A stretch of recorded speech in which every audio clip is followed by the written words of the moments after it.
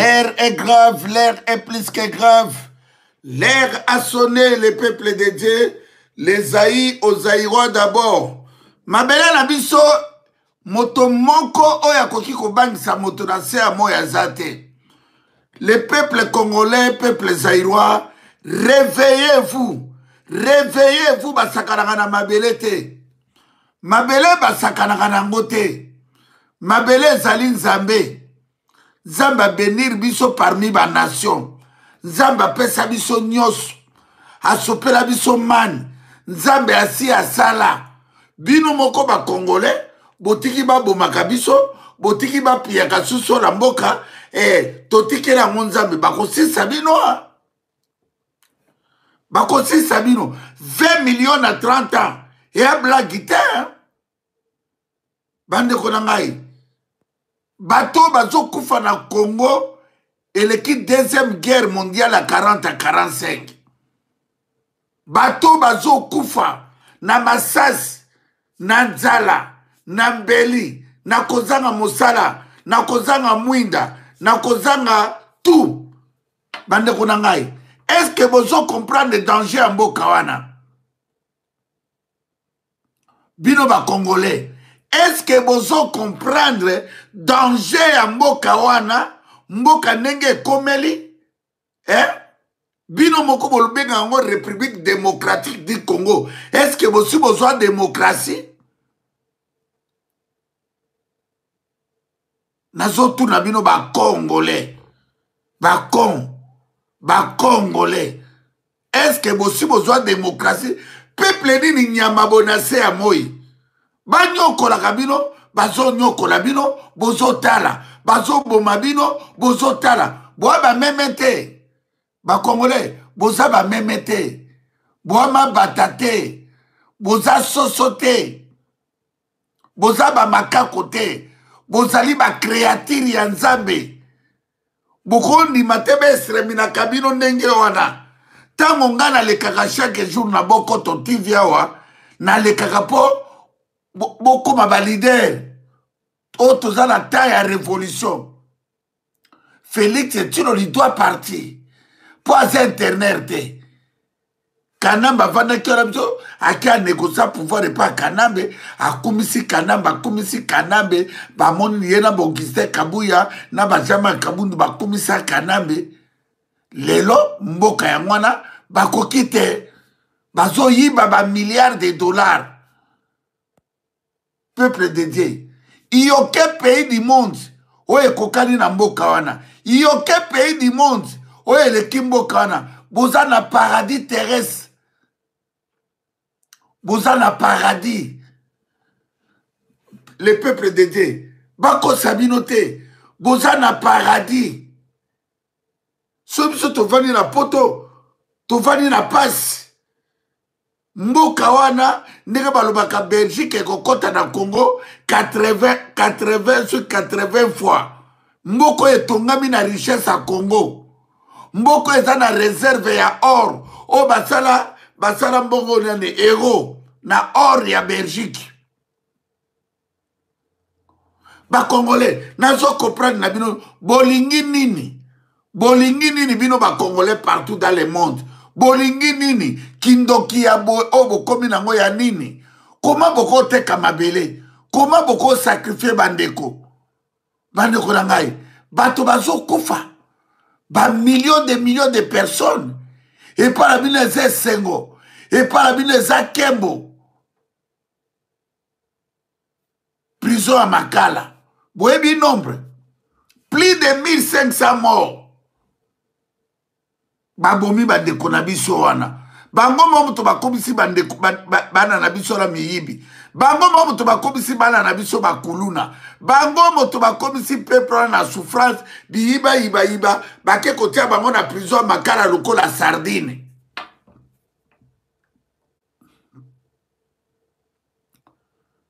Makambo eleki na prison ya Makala. Eza dégâts, eza carnage.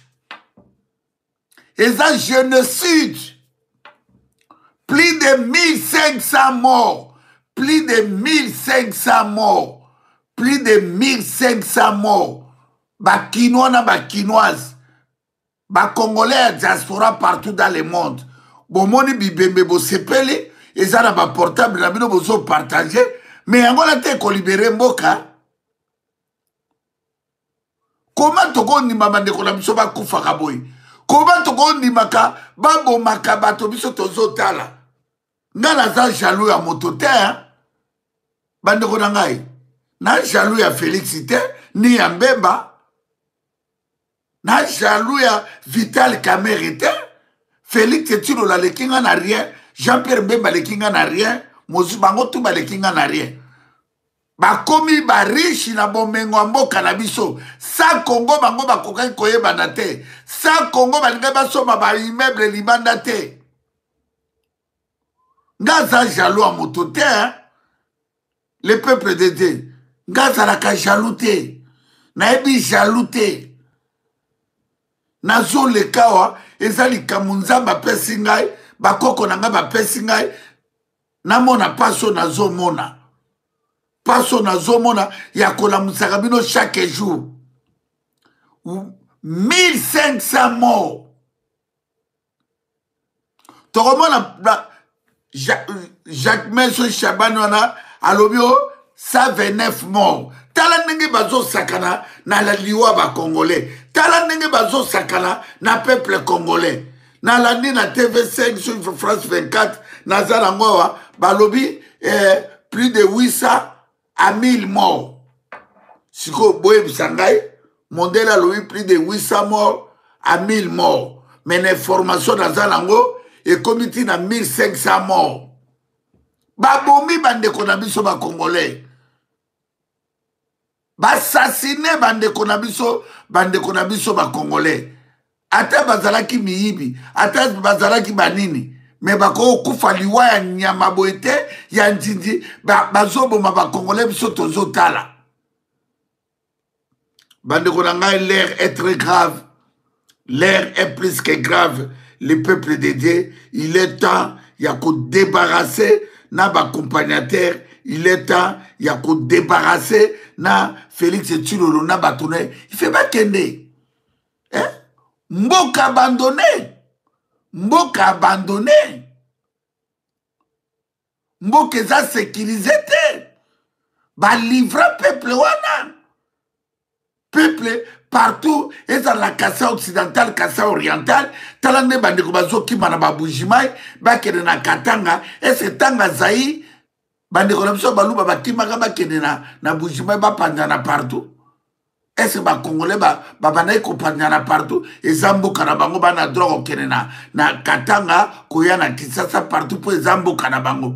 Mais modèle biso tozo mona oyo, peuple bazan au danger, peuple bazan ben conscient. Batu bazoeba makambo ezo le kanambo kate bande kuna ngai mabe ya nzambe na mboka na ezanini bande kuna ngai soki balobino autant de morts France 24 ngai te bande kuna ngai France 24 tala France 24 aloubi plus de 800 à 1000 morts. Boke tu vois un beauté. Ce que bon moni télévision mondiale est commis plus de 800 à 1000 morts. Mais en réalité, 1500 morts. 1500 morts. Bande konangai. Makambo yelizo le kanamboka bino ba congolais partout bovandi. Bozotala. Tozana mabele mosusu te ba congolais. Tozana mabele mosusu te. Zamba benira biso. Zamba pesa biso nyos. Zamba pambola bino ba congolais. Bokokaki ko abandonner mabele na bino te. Bokokaki ko tika mboka na bino te ba congolais. Ezali mawapo na bino ba congolais. Eloko nino bozangi ya ko abandonner mabele wana. Bonsoir général Bon Mabata. Mbote na Patrick Inunga, les grands entrepreneurs, si ça travaille. Mbote na Thierry Monga na Lumbashi, papa social. Bande konangai. Soko moni mondele a commis nengona plus de 1500 morts. Bota la bino moko, on a tepo batwa kufite, Bolanda.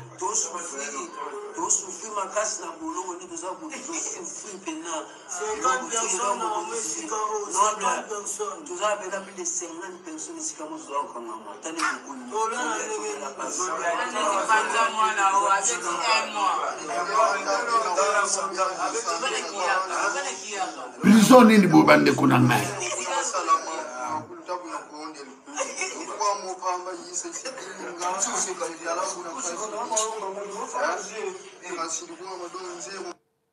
De kuna ngai.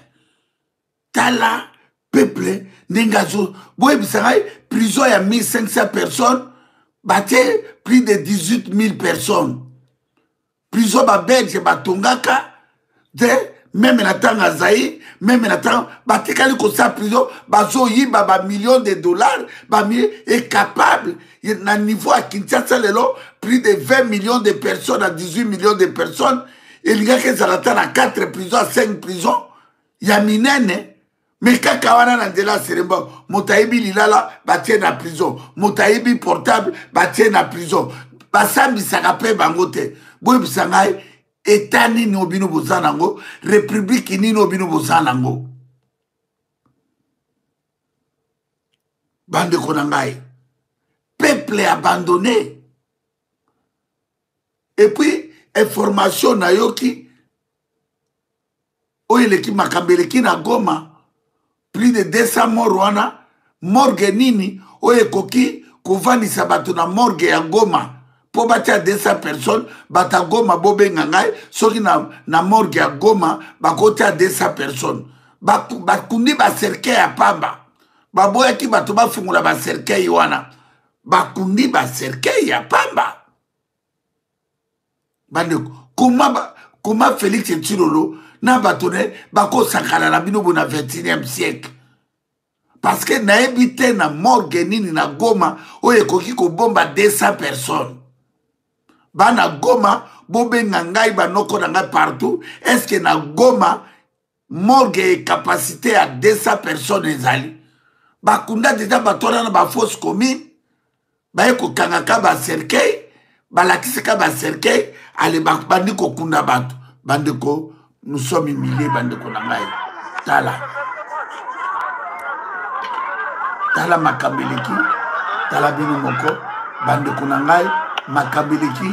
Na terima ya ba cercueil vide. Bana.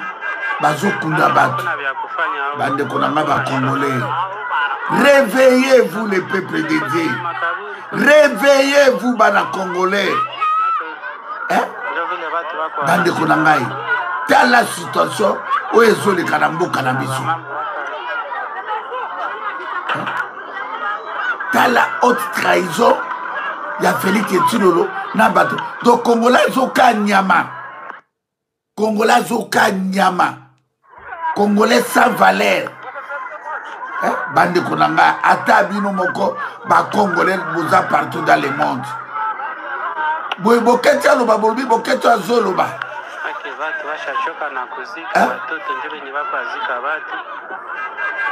Maka hakuna vya kufanya huko. Hakuna shida. Bande kuna ngai. Watu ni mingi sana kule kote ni makaburi kule kote. L'État n'existe pas.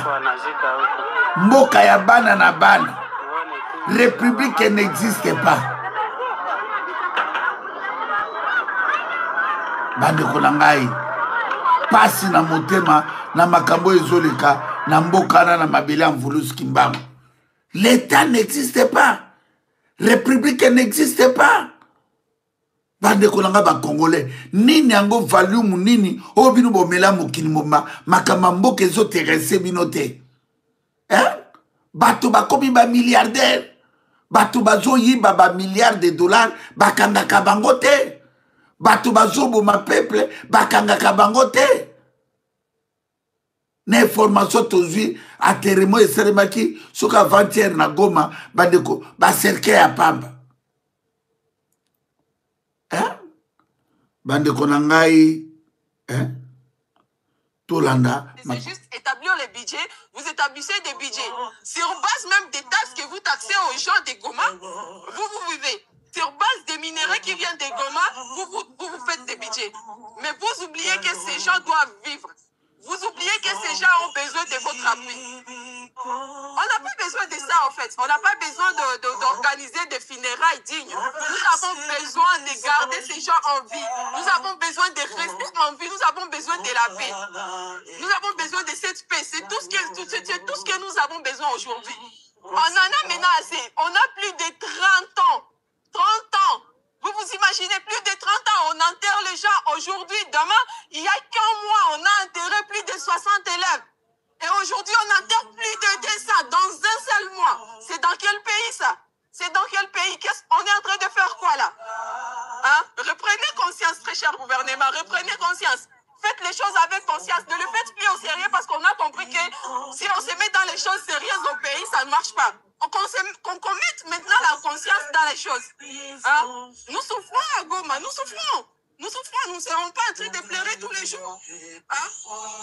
Aujourd'hui c'est et demain c'est toi. Il faut prendre ça en tête que Kinshasa sera prise aujourd'hui ou demain. Alors il faut reprendre la conscience, il faut faire quelque chose dignement.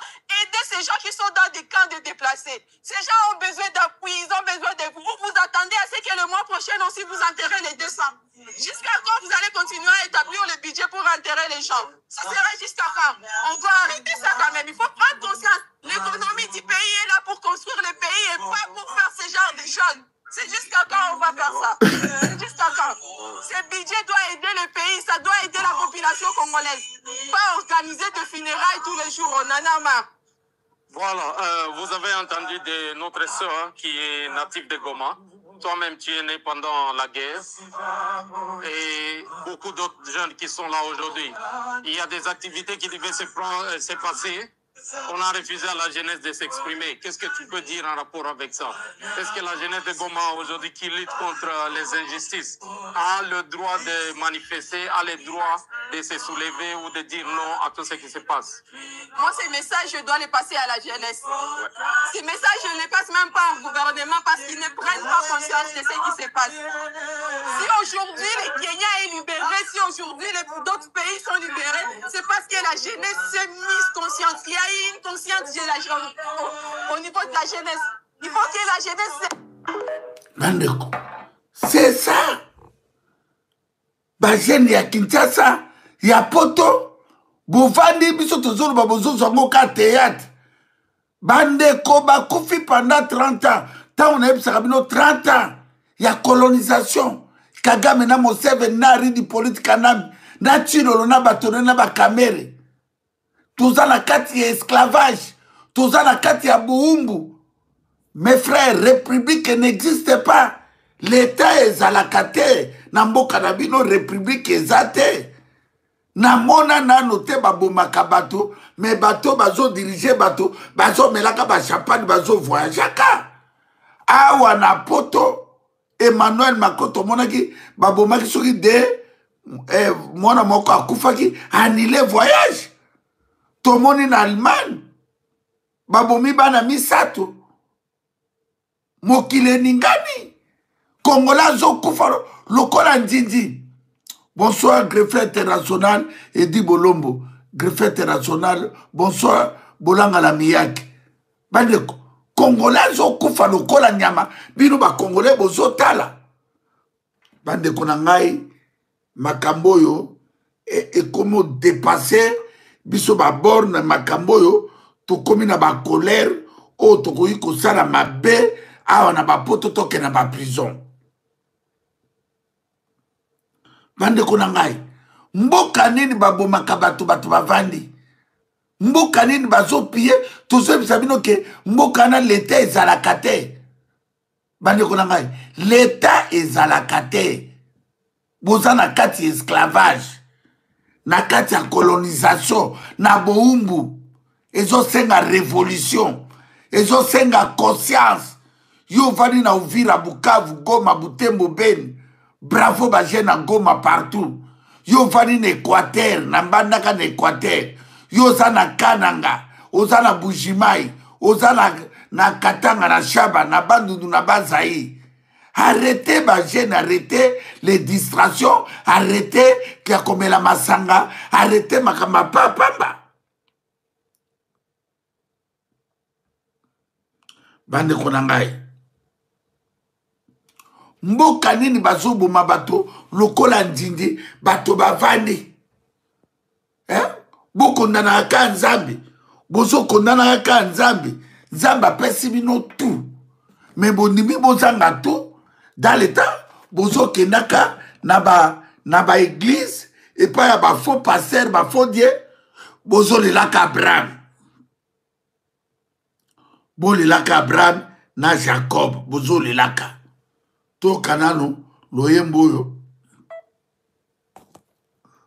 to kanano na kila faute na bomengo nyonso nzambe apesa biso bandeko ntango naokaka loyembo oyo motema na ngai esenyaka o nzambe asali te nini nazotuna bino bakongolais o nzambe apesa bino te nini o bozolinga nzambe alidia nzambe aza moto lokola yo na ngai te nazoloba no etula oyo naloba na yo ozotala ngai nzambe akokola bino bakongolais te nzambe aza ya mokili mobimba nzambe apamboli biso bomengo nga natangi na nzembo oyo Rwanda un petit pays etongami na makila ya bandeko na biso mpe ezotongama Uganda na Rwanda Museveni na Kagame baboya kobima na mboka wana donc mission na bango ife ba exterminer biso babantu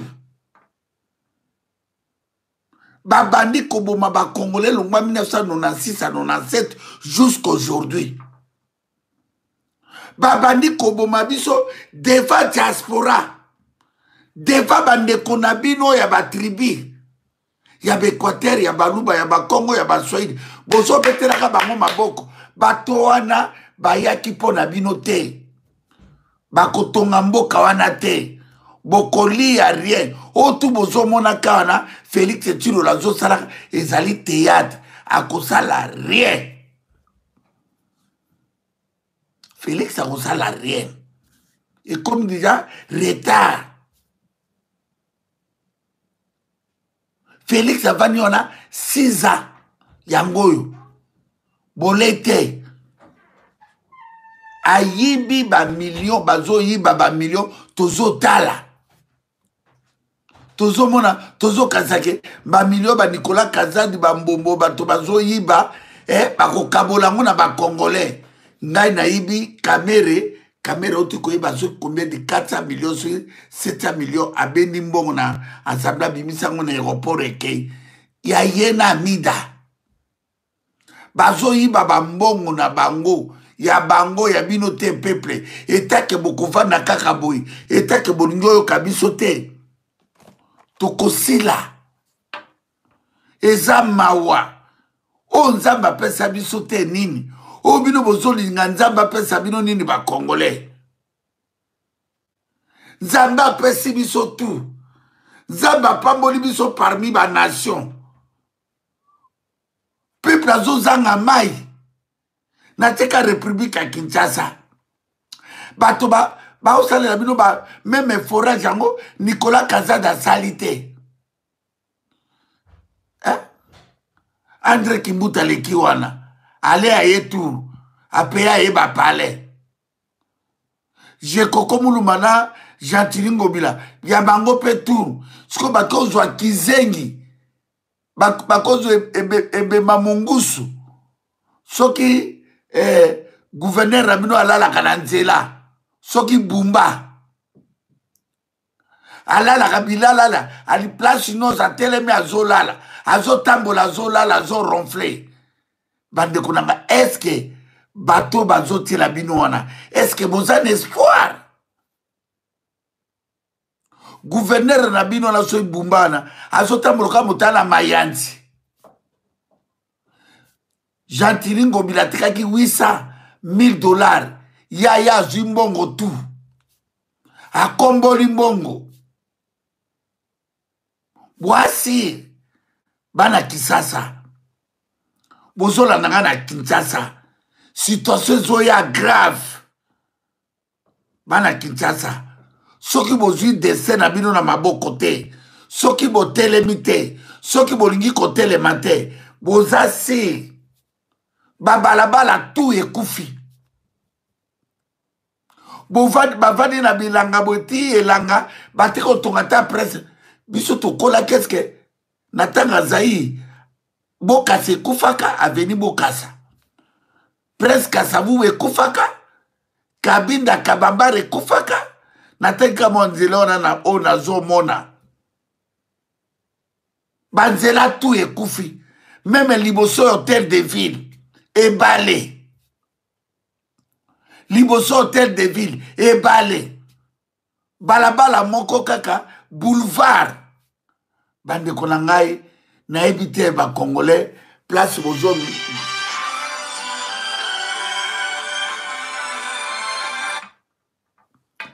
bakongolais nayebi te eloko bolingi bozali le peuple choisi ya nzambe boza béni 64 après l'indépendance tolebomenga mboka na biso te tomoni développement ya mboka wana te tomona ta nzela moko oyo ekosepelisa biso Mobutu dictateur Mobutu aboma mboka bino badémocrate boye badémocrate RDC eloko ya makasi tala place bomemi mboka mboka eke na liwa mboka eza ya komwangana lokuta na lokuta mensonge na mensonge tokosuka wapi bandeko na ngai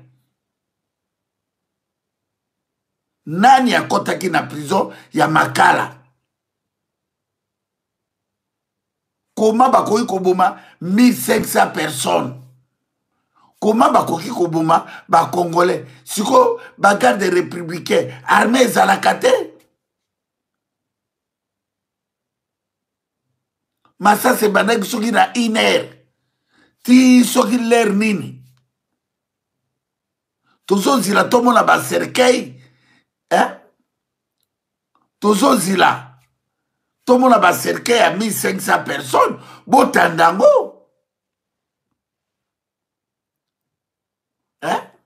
bandeko tozozila tilolo boprésente biso bokonokunda bato bozwa te peuple na kufi botia mabanga na saki bokonoboka bango na fleuve bozwi mabanga minene na basaki botie bango aliboki obwaka bango na fleuve botanda 1500 personnes bakufi botanda 1500 tozozila bino nana leli peuple wana bandeko ata nko yango ata kozanga meme ndambo ya muru babomaka bato ndenge wana balelaka peuple te kisasa deja se ebosani omo makambo elekaki evenema ya prison makala bakinois basi babosani ero baomela masanga ero babisu baza na kapela bakolia na bango tamba baliwa ya bakongolais etali bango te wana ezali crime contre l'humanité eza génocide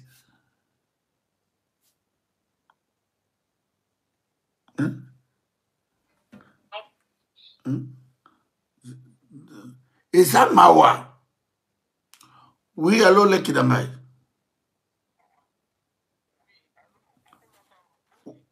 ouais naza en direct oui meloba ok bandeko bolimbisa ngai po tona bato bapesaka makambo ebele baza wana yaya 1500 morts silence mokili mobimba peuple na akufeli nini aweli nini nayebisaka bakinois ekokotela bino na kisasa nayebisaka bino bokontinue kaka kobina baferera bafarira bamai kalambai bamoïse bi ekokotela bino na kisasa yango wana ekoteli bino eza scandale bandeko na ngai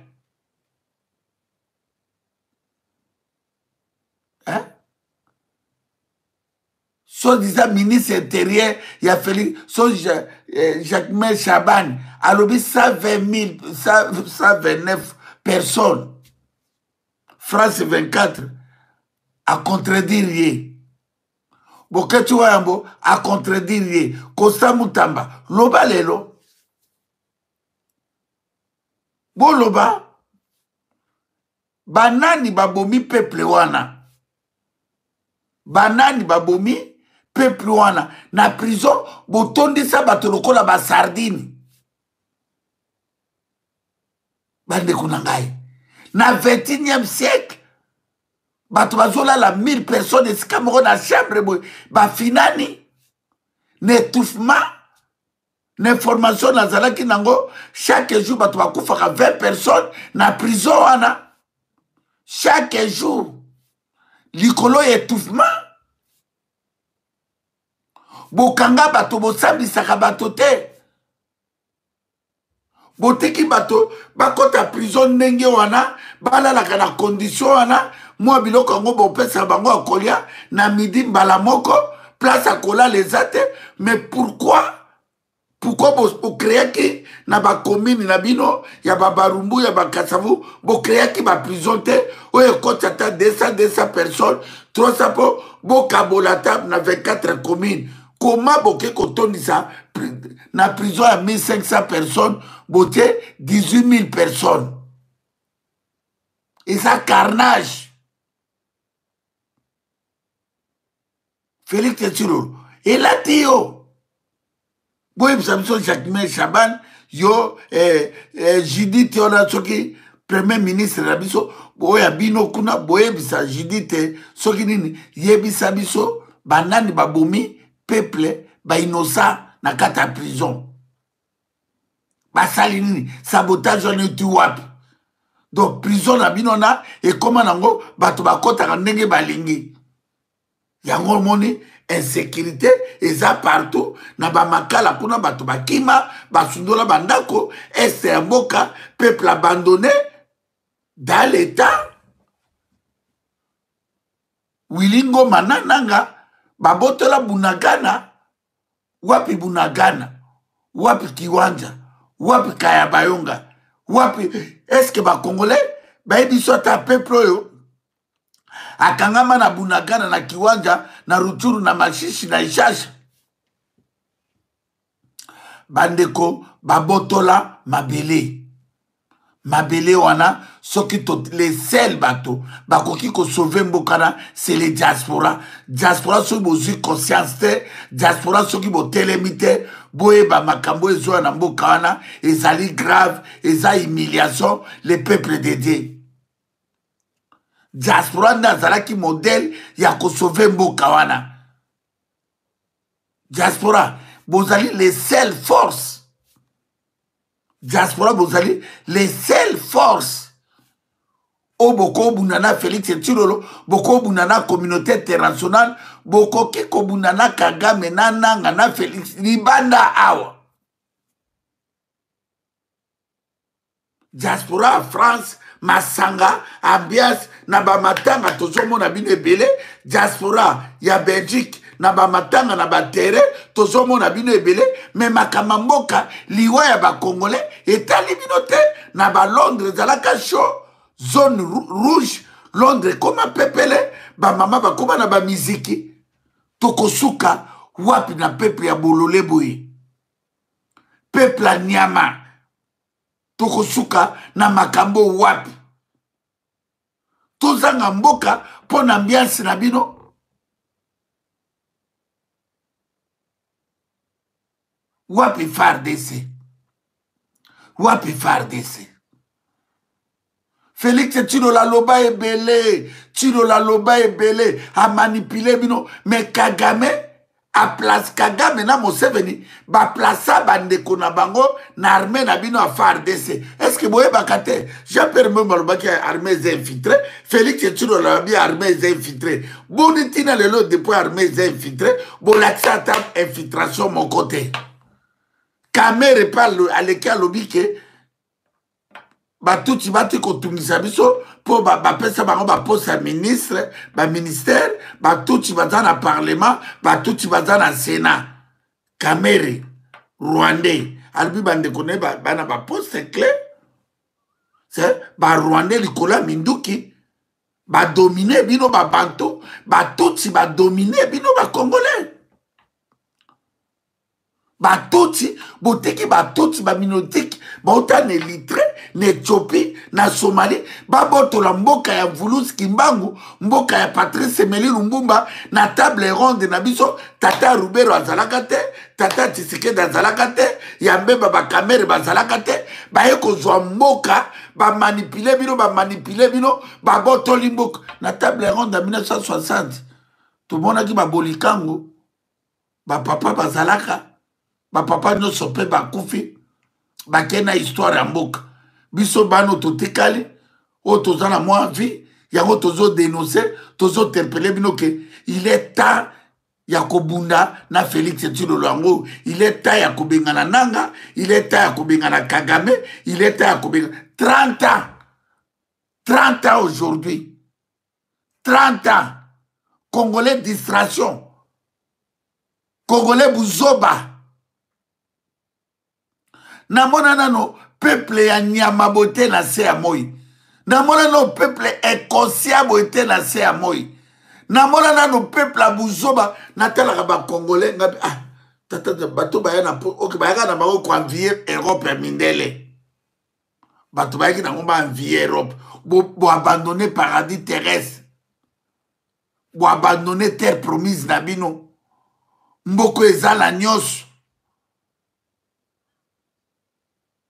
Rwanda komi Singapour ya Afrique likola makila bandeko na biso okito ndeko na ngai ya on appelle mama Fondation Sandra Mudimbi na pesi mbote la dame est forte mama Mireille Lando na pesi mbote ya Brigitte mama Mungala mbote na ngwana Maserati mama Kipa Vita na pesi mbote mama Lidi 2000 mbote na ngwana mama Deboulonné TV mbote na ngwana mama Vero Kelani ba maya na pesi bino mbote ba tutuna mokili momba mbote na bino ngwana ba bulanga na miyaki ba boma bata ba yaidi bolombo tokosuka na makambo yo wapi est-ce que bozomona gravité ya mboka te makambo ezoleka na mboka pendant 30 ans biso mongongo na lobaka chaque jour nazo dénoncer eza ba sacrifice eza ba grand sacrifice soko zala nzambe te wana motema te okofandaka boye te na pays ya baétranger bandeko na ngai Kagame il fazwa révolution Museveni il fazwa révolution Nanga il fazwa révolution Félix Tshilolo il fazwa révolution ba leader bakobima kaka les ba libérateurs bakobima kaka biso tozali bandeko na ngai biso bakolomboka tozali totelemi moto moko akobanga oyo loba mungulu jaka biso toza na 1900 moto akobangisa moto azate mabele wana eza tata moto moko te mama moto moko te babomaka peuple tomonaka baliwa ya bakongolais na miso tozomona carnage tozomona ndenge bazolia bato namoni bavideo mosusu batindi awa bazokata bato na Congo bazolia namoni na cité mama Mobutu bazotumba bato batelemi bazopesa bazobeta maboko non mes frères congolais o ezali grande humiliation bandeko na ngai quelle humiliation le peuple de Dieu quelle humiliation Patrick Ilunga le grand entrepreneur quelle humiliation ndeko nango Simon Dinganga mwana papa Dinganga quelle humiliation bandeko na ngai soki totelemi te soki bolingi kotelema te yango nazoyebisa bakinois bo se prepare na natiro eza koya ekozanga kombo moto akopekisa yango aza te bokomona bino moko Nzamba kobeta bino po nzamba se abeti bino. Bande konangai. Ba pasteur Dalo, ba Marcelo, ba Mutombo, ba Joël Tantou. Kaka Israël. Matéa kaka Israël. Bande konangai nazana ndeko na biso moko mwasi alobi makambo ya église awa e salingai makambo na lobaka menaningaka ba mama azalaki catholique aboyi catholique mama na kene na mizima pa alobi non trop c'est trop bandeko na ngai ezali somo na makambo ezoleka bato babomi mboka na ba pasteur mensonge na mensonge lokuta na lokuta tokosuka na makambo wapi bandeko na ngai bandeko na ngai bolanda ndeko na biso ya moso na makambo ba pasteur ndenge atotoli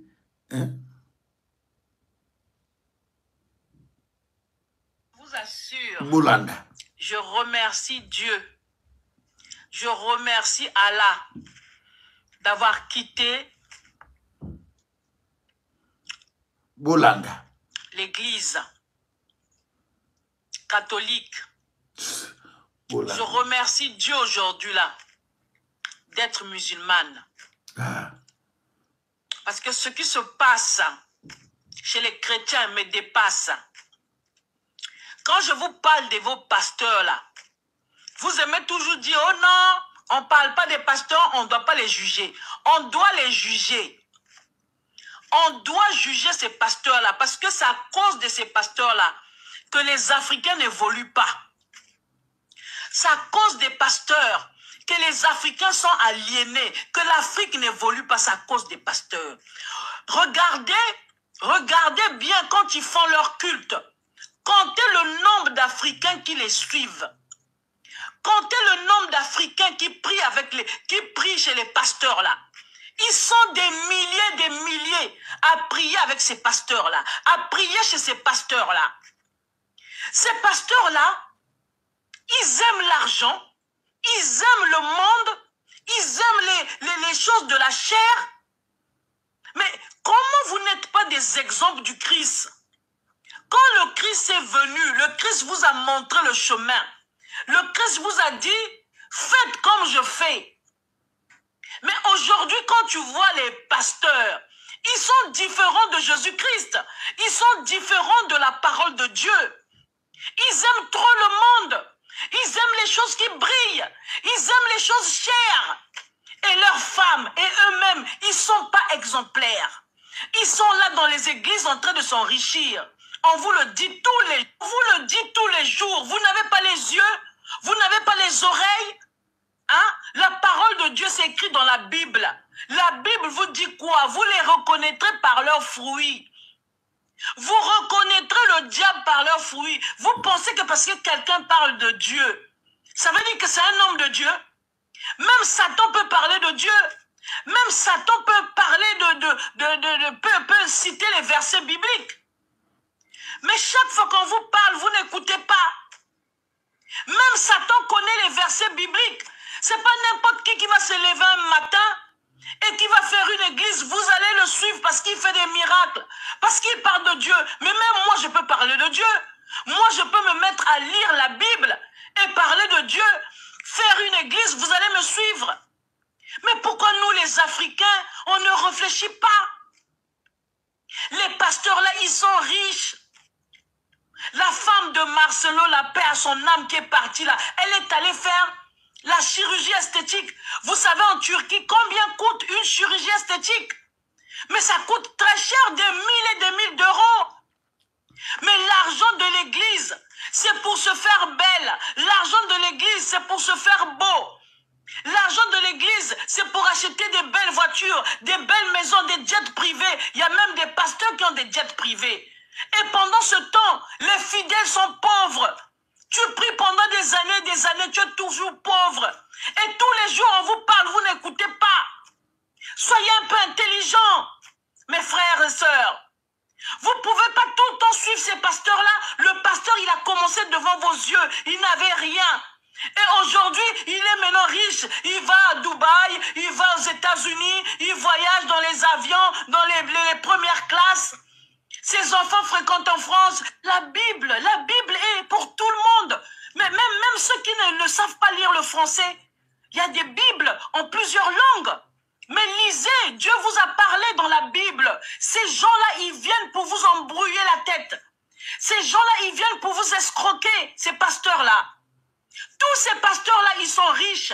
Quand vous voyez un pasteur pauvre, ça veut dire qu'il n'a pas beaucoup de fidèles.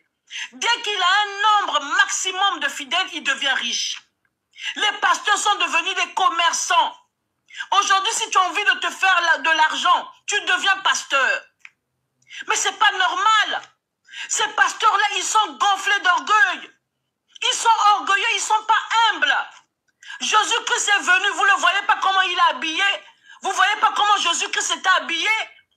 Mais vos pasteurs aujourd'hui, là, ils ont des costumes chers. Leurs femmes ont des perruques chères. Ils ont des choses chères. Regardez une femme de pasteur qui va pour faire une chirurgie esthétique qui coûte des milliers d'euros. Vous connaissez combien de pasteurs qui s'occupent des pauvres? Vous connaissez combien d'églises qui s'occupent des pauvres? Vous en connaissez combien des pasteurs qui s'occupent de tous les pauvres de l'église? Tous les frères et les sœurs qui ne travaillent pas dans les églises, les pasteurs s'occupent d'eux, mais ils sont là pour leur propre intérêt. Les pasteurs sont comme des politiciens. Ils sont là pour leurs propres intérêts. Ils sont riches, regardez leurs femmes pendant les cultes, toujours bien habillées, des habits chers, des habits de marque. Vous trouvez ça normal et vous-même parfois, vous qui allez donner de l'argent là-bas, vous n'arrivez même pas à voyager. Vous n'arrivez même pas à prendre de l'avion.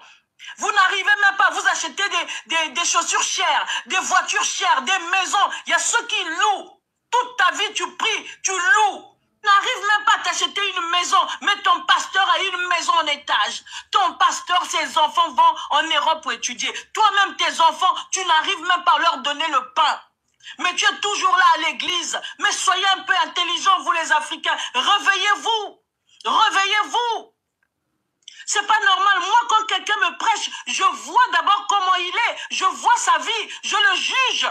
Est-ce que cette personne peut mériter ma confiance? Mais regardez vos pasteurs, comment ils sont. Tous ces pasteurs-là, les Makosso, je ne sais pas, tous ces pasteurs-là, surtout au Ghana, au Nigeria, ils ont plein d'argent, des milliers de dollars qu'ils ont. Ils ont des jets privés. Hein? Mais ils ont tout ça avec votre argent, mais vous n'arrivez pas à voir. Mais pourquoi l'Africain, quand est-ce que vous allez ouvrir les yeux? Quand est-ce que vous allez ouvrir les yeux? C'est eux qui sont en train d'aliéner le peuple africain. C'est à cause de ces pasteurs-là que nous sommes malheureux en Afrique. Et vous ne pouvez pas vous réveiller. Regardez les imams, regardez comment un imam il est habillé. Regardez un imam comment il est habillé. Nous, quand on va à la mosquée, on est couvert du pied jusqu'à la tête. On ne va pas pour montrer les habits, on ne va pas pour montrer les coiffes.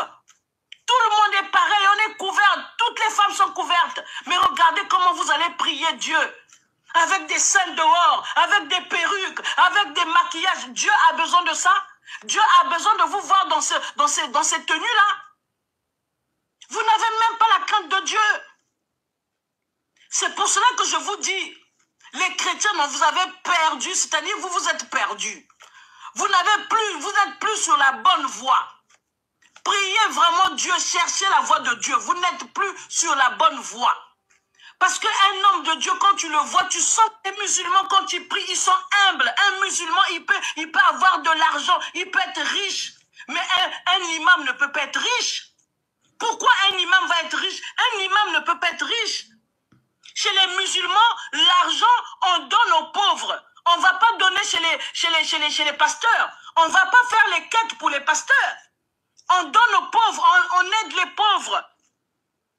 Mais vous prenez l'argent au lieu d'aider les pauvres de votre famille, au lieu d'aider les pauvres de votre quartier. Vous préférez prendre l'argent pour aller donner au pasteur. Et le pasteur, il devient riche. Le pasteur, il devient riche. Il s'habille maintenant bien avec des habits chers, des bijoux, sa femme aussi bien habillée. Regardez, chirurgie esthétique, vous savez combien ça coûte? Vous saviez combien ça coûte une chirurgie esthétique? Pendant que tes fidèles de l'église n'arrivent pas à s'en sortir, il y a des fidèles qui n'arrivent même pas à manger. Vous prenez l'argent pour aller faire des chirurgies esthétiques. Est-ce que c'est normal ça? Et quand on vous parle, vous ne voulez pas ouvrir les yeux. Mais vous les chrétiens, il faut ouvrir les yeux. Ces pasteurs-là vous mentent. Ces pasteurs-là vous mentent. Je suis désolé. Ils ne travaillent pas pour Dieu. Parce que Dieu, c'est quelqu'un de humble. Dieu enseigne l'humilité. Dieu enseigne l'amour.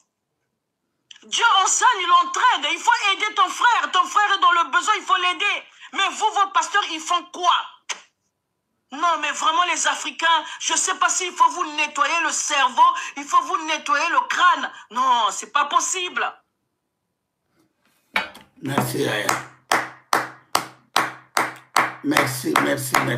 Bandeko. Makamo na zoto. Bato bakangi peuple en otage. Badalo wana. Ba Marcelo.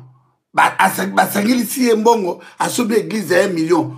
Ipo ya yena bana na ye. Tout est vanité de vanité d'alo. Makamambo kabalo bakate. Batiki peuple kana Daniel na Babylone. Batiki peuple kana Israël. Israël yemo kazala bitumba. Dalo. Moïse Mbiye Gege. Mike Kalambai. Michel Bakebari Papa. Toms. Joël Tantou. Nazotanga bo na ebi. Konde binotu. Arrêtez les distractions. Arrêtez à konyoko la peuple. Bonokoli peuple wana. Babomengo bozanango. Ba immeuble bozanango. Bakomati ba pasteur abino na Kisasa. Bakoma kosala bato ba concitation. Oza docteur te. Oza médecin te. Ba wale sala. Depuis akobana boy. Kobina te église na esili. Bande konanga. Bakamba mboka balobaka te. Kote yaka batokaka roi Cyrus. Kote yaka batokaka Samson. Kote yaka batokaka fungola na Corinthien, fungola na Jean 10:10, fungola na Hébreu, fungola na Philippines, fungola na Apocalypse, toyebi. Bango tu bakutana na Jésus. Ba pasteur na bino Congo, bango tu no balibanda bakutana na Nzambe. Nzambe abimela biso. Mais Nzambe abimela bino kana ba vie privée ya ba mama na bandako. Bo pandi ba mabala ya bato. Kobima na basi ya bato. Ba pasteur ona ba pasta. Bango moto bateki mboka. Bango moto bakang na bitula nazoloba na yo etula oyo ke notika ba mbongo et pas ba fodie. Na loba na yo zotala ngai. Repentez-vous. Batona bakolubama tala dalo. Azui pasteur Nemoko a comme ce directeur à cabinet ya Chilolo. Dalo ana obozomo na dalo. Ba orgueillé. Ba venteur. Ba criminel spirituel. Ba longoli peuple ne réalité. Est-ce que le 4 janvier, tant au peuple a soufflaka, pour qu'on bengana ba Belge, Marcelo Zalaka, Dalo Zalaka, Mutombo Zalaka, Waleso Zalaka, Boye Kotoni sa l'église et comme au cas Ndonge, l'église Nabinona, ben 7 et comme au cas Maebo, beaucoup ko soutenir bando qui ba faux politicien, vous ba passer ba Fridola Mbongo, Ozo Senga Dip, Félix, on peut singa tipo, mais oh la kakingai. Simo Kangani, alobi Denis Kadima, aoutina na Kimbangis. Bazobo ma peuple. Pendant 30 ans, bolé na étranger. Mosala noso papa Kimbangu, ya 1921 salaki papa Lumumba Kasavo Mobutu. Lelo bo futi ba papa ba monnaie de singe. Bande kuboyo kabiso. Nazo senga na bino tu ba Congolais. Boyo kaba vérité tozoloba. Yango ne ko sauver mboka. Batona bayana Nzambe te. Nzambe abenga bango te. Tolemi makambo ya Israël et comme ça mutu passe. Israël emo katana bitumba na Palestine, na lalisi Gaza. Israël atana bitumba na Liban. Israël azana bituma na Iran, Israël azana bituma na Syrie, Israël azobuna na barabe, ba réservis, ba pasteur ba synagogue ba aka, kenan Israël majorité à basi na ba pasteur à Israël bazo kufa kuda na Gaza ponini ba Palestina ba bomai ba wera mabele. Bazo wera mabele. Mais bino bokuta ki Kimbanga tekeli biso mabele. Lumumba tekeli biso mabele. Papa Kasavu batike biso mabele. Mobutu atekaki mabele. Bomo na place ba Félix na ba Kamer na ba Tola ta la place ba memi le lombo kanabiso.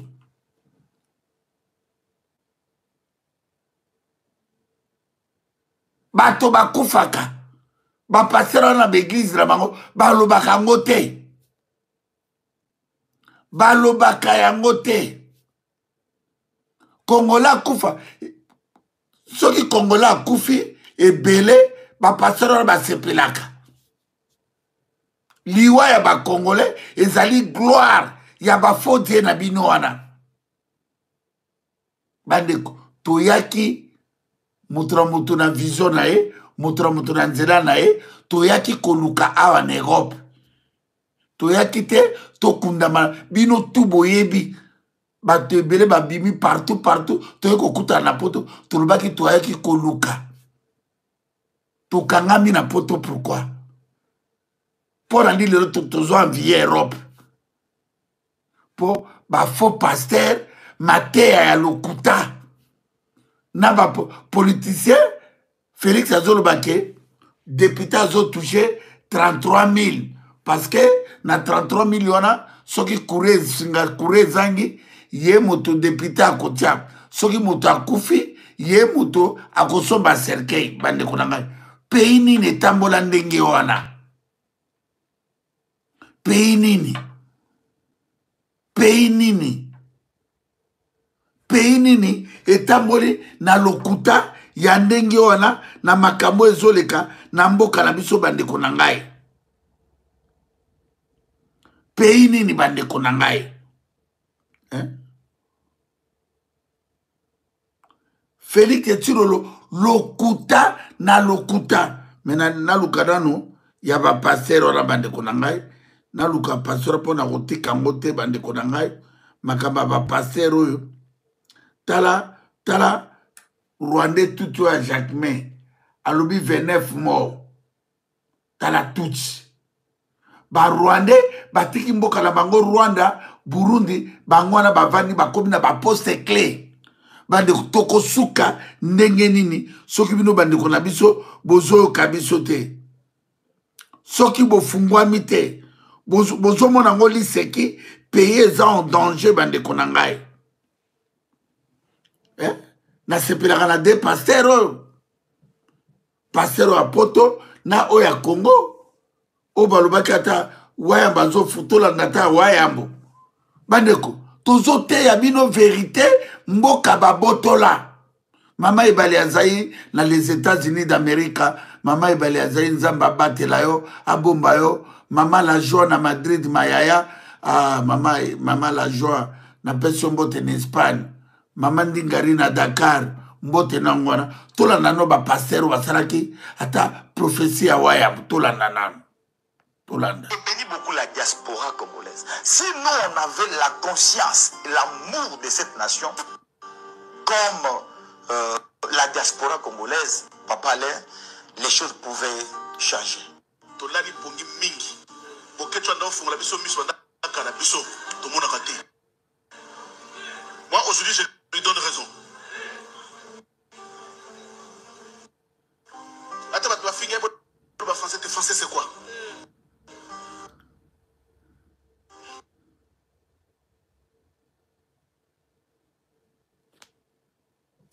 Bande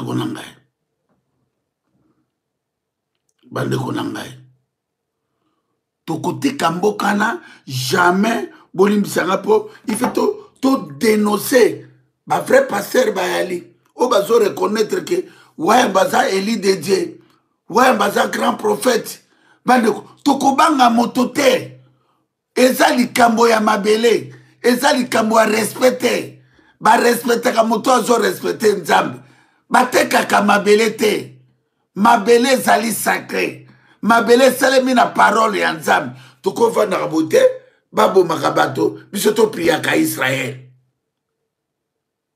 bato wana bakutanaka Moïse baboke na mai leka fara abokoli ye abi komo na zio na mai komo na Moïse na 40 Moïse akuta égyptien abomi Israël selon histoire Moïse aboma égyptien Moïse bakangi na prison Ramsès apesa nzete wana abengana Moïse akena na désert Moïse akena pa Jétro akena kuta na Sephora Moïse azongi Égypte na 80 ans Moïse abundaki Moïse akutana na Nzambe abunda Abraham na Lot bakaboni walinga kena na gauche oya kena na droite na gauche mokolo bakangaki Lot Abraham akena kobunda Joseph mwana Jacob alesaka ba Égyptien abundaka bato bango tu babunda mais oya bino bobundaka te si bozote ya bato David mais zala David ya Congo si bozote ya bato Salomo zala Salomo ya Congo si bozote ya bato Jérémie zala Jérémie ya Congo bozote ya bato Élisée Eli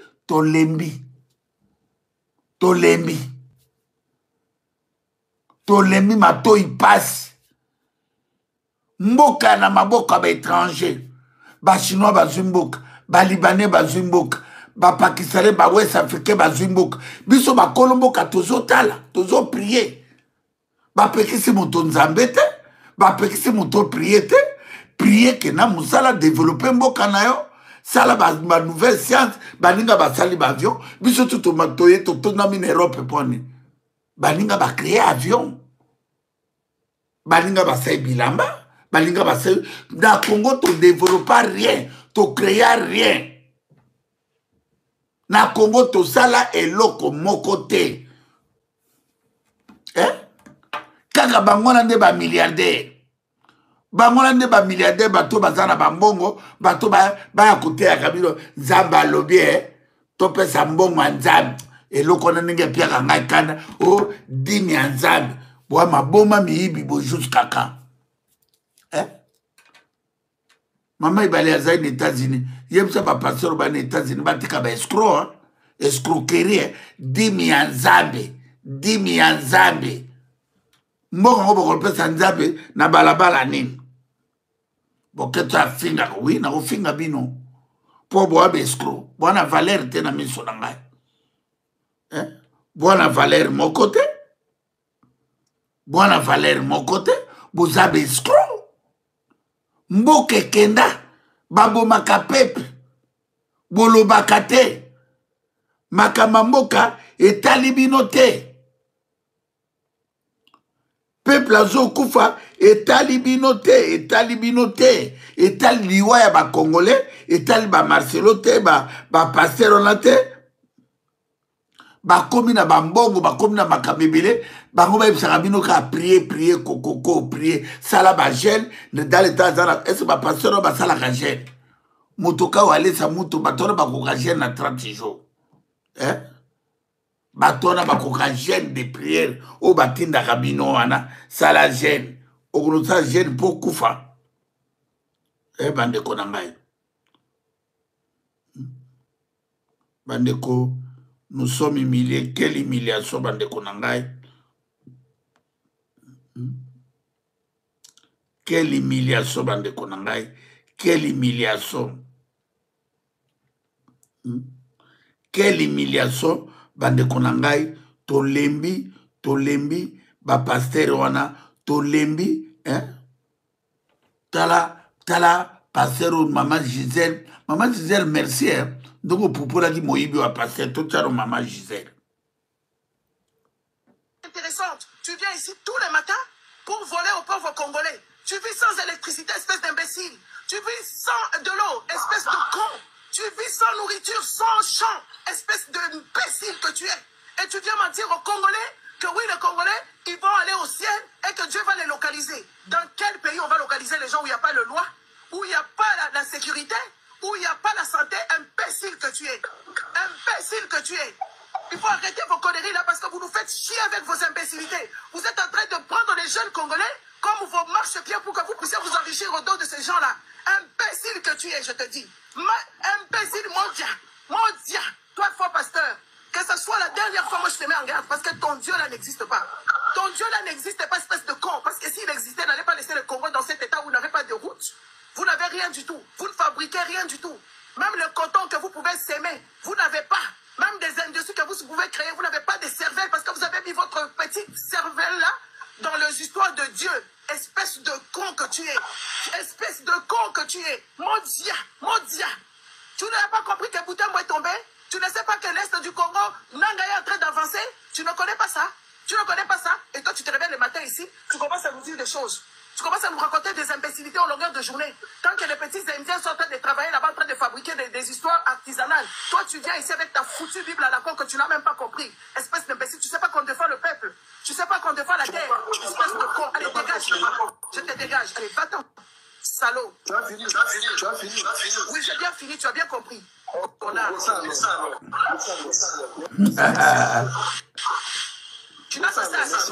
Tu n'auras que ça à me dire merci parce que je t'ai parlé comme on t'a jamais parlé. Espèce d'imbécile. Oui, tu dois te dire merci parce que tu as la honte de ça là. Espèce d'escroc. Et les filles qui étaient là, ces messieurs-là, il va vous baiser. Les filles qui étaient là, ce monsieur-là, il n'a rien à vous donner parce que lui-même, il croupit dans la misère.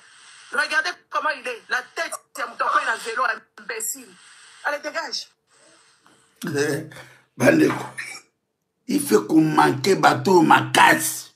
Bandeko nanga, bo sale la ba passer wana ba vidéo ya ma casse. Il fait qu'on manque bateau wana to kominata ya qu'on manque bateau wana ba na nzambe te. Bandeko, tala ndenge ba passer ba zo sakana, na ba mamu ba sakana. Ta.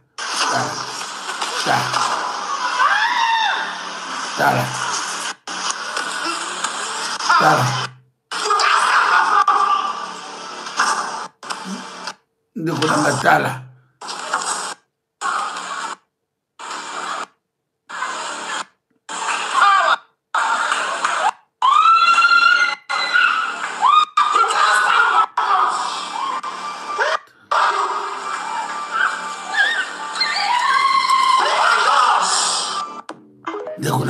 Toko suka na ba film wapi tango kwe olamuki ozwi nini tango bazokwesaka bino ka banyama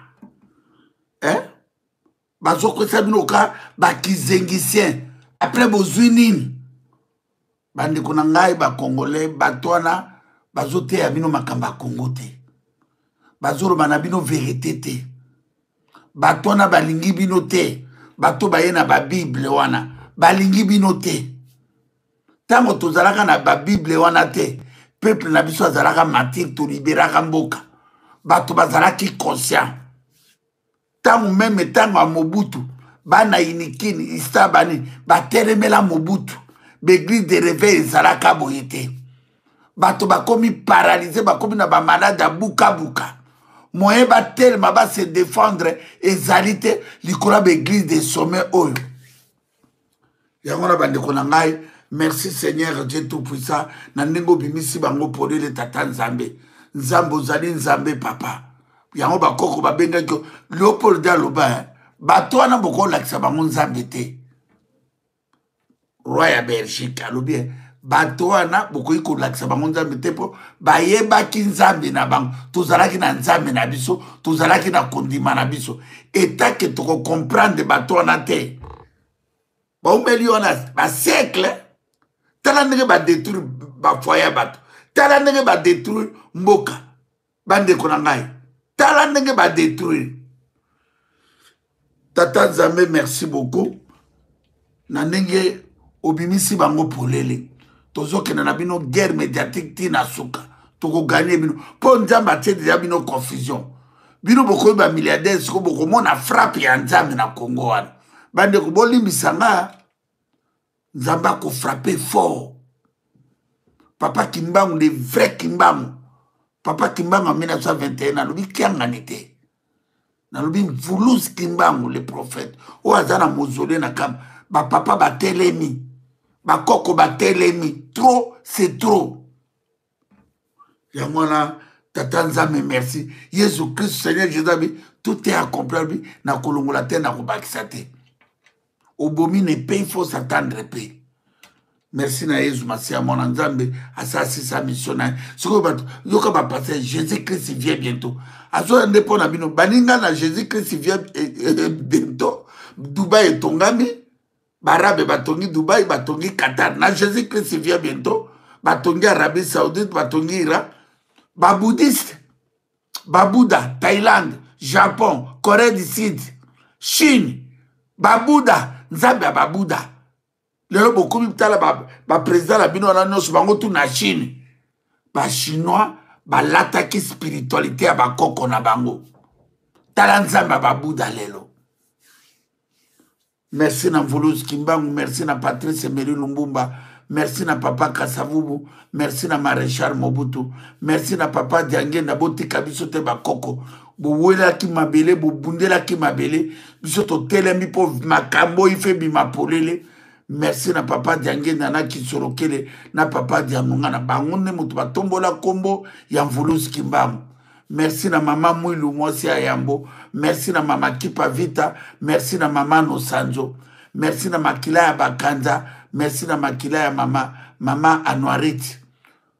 Makila ya papa Honoré Ngwanda, cardinal Mosengo Pasinya, cardinal Etiao, cardinal Malula, makila Dani Boteti, ya général Ngwala Pazo na Bekazwa, général Baumba, colonel Mamadou Ndala, Nambuza Mabe, Cédric Nyanza na passé Lukusa, makila ya Monseigneur Katariko, ya Rosimu Kentimanga, Thérèse Kapangala, Eric Boloko, makila Florbe Echebela, Fidel Bazana, Lemoloto Armand Tungulu, makila Christian Malanga, bandi kuna biso to bakufi pendant 30 ans, o na ndenge mboka zana kato kipaso, boye baki makila beti na trône na nzambe, tozo kende. Bokomona bino moko, na ebisa bino 2024, eza ane ya makambo, ane oyo, nyoso ebomba naki, boyinaki, bofingaki wayambo, siko bokomona nde bokoliana, frappe ya nzambe, wayambo boni nzambe aleki batamokili. Mabelo wana eza ya nzambe, peuple wana eza ya nzambe.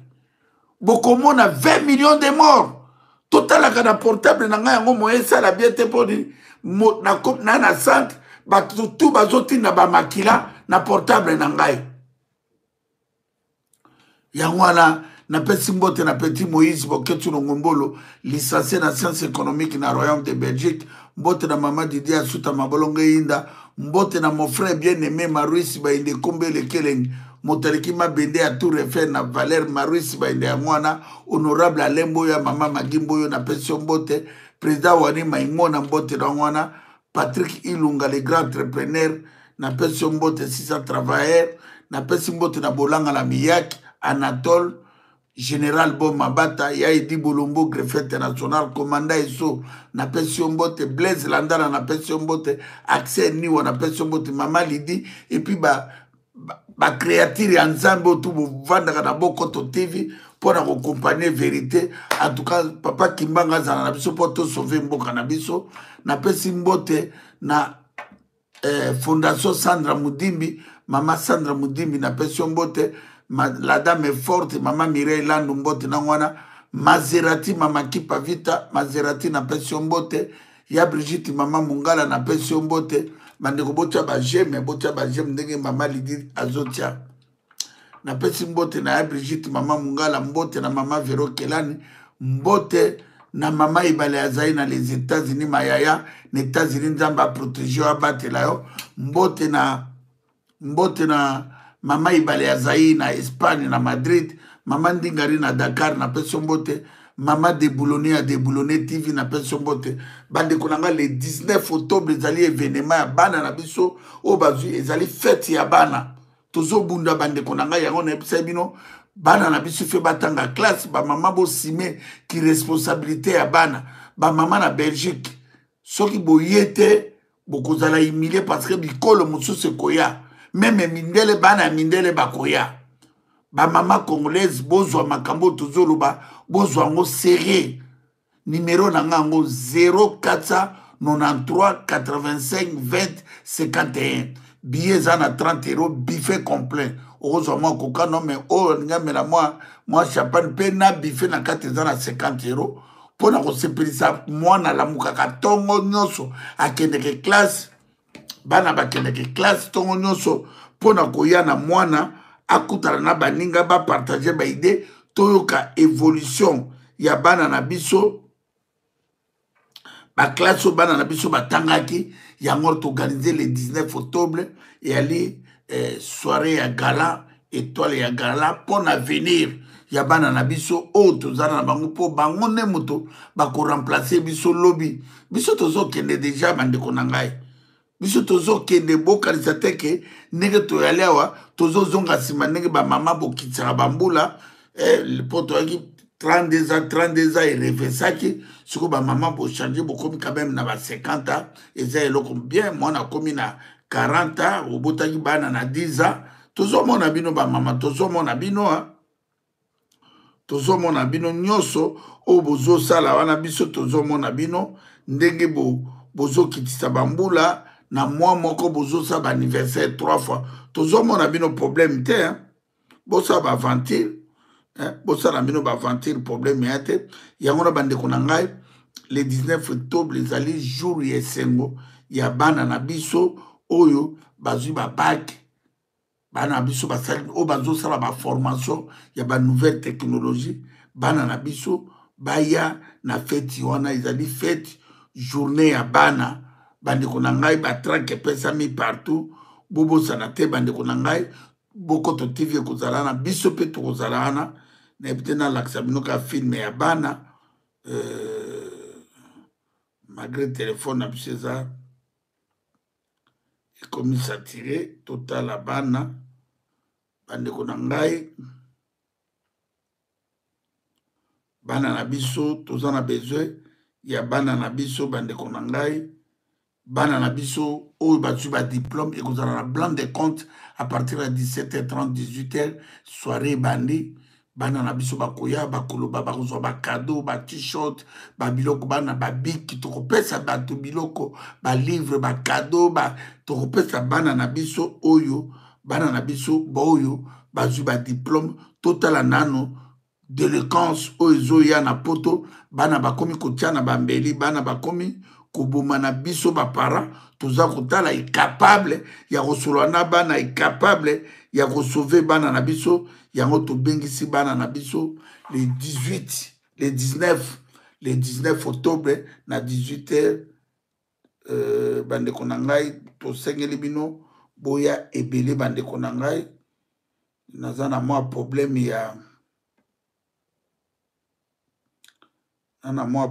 ya portable mais problème ya te tomeka tomona bana na biso. Bonjour à toutes et à tous, j'espère que vous allez tous bien. Alors, nous sommes ici pour vous annoncer que le 19 octobre 2024 se tiendra une soirée exclusive. Rendez-vous, nous allons danser, manger et remettre les prix pour les diplômes, etc. Donc venez nombreux. À plus les gars. Du coup les gars, rendez-vous le 19 octobre, les portes ouvrent à 18h30. La salle c'est le Scobel. On vous attend nombreux. Venez. Vous connaissez la règle d'or. Invité. Amis, famille et proches, vous êtes tous les bienvenus. Un petit rappel pour vous. On vous donne rendez-vous le 19 octobre à Scobec. On va danser. Ça va bien se passer. Oui les gars, n'oubliez pas Saint-Galop. Soyez bien beau, bien belle et on vous attend. À très bientôt. Rendez-vous au Gala des Étoiles. Parce que la fille, c'est vous. Bandeko gala ya étoile pour l'avenir. En tout cas, félicitations.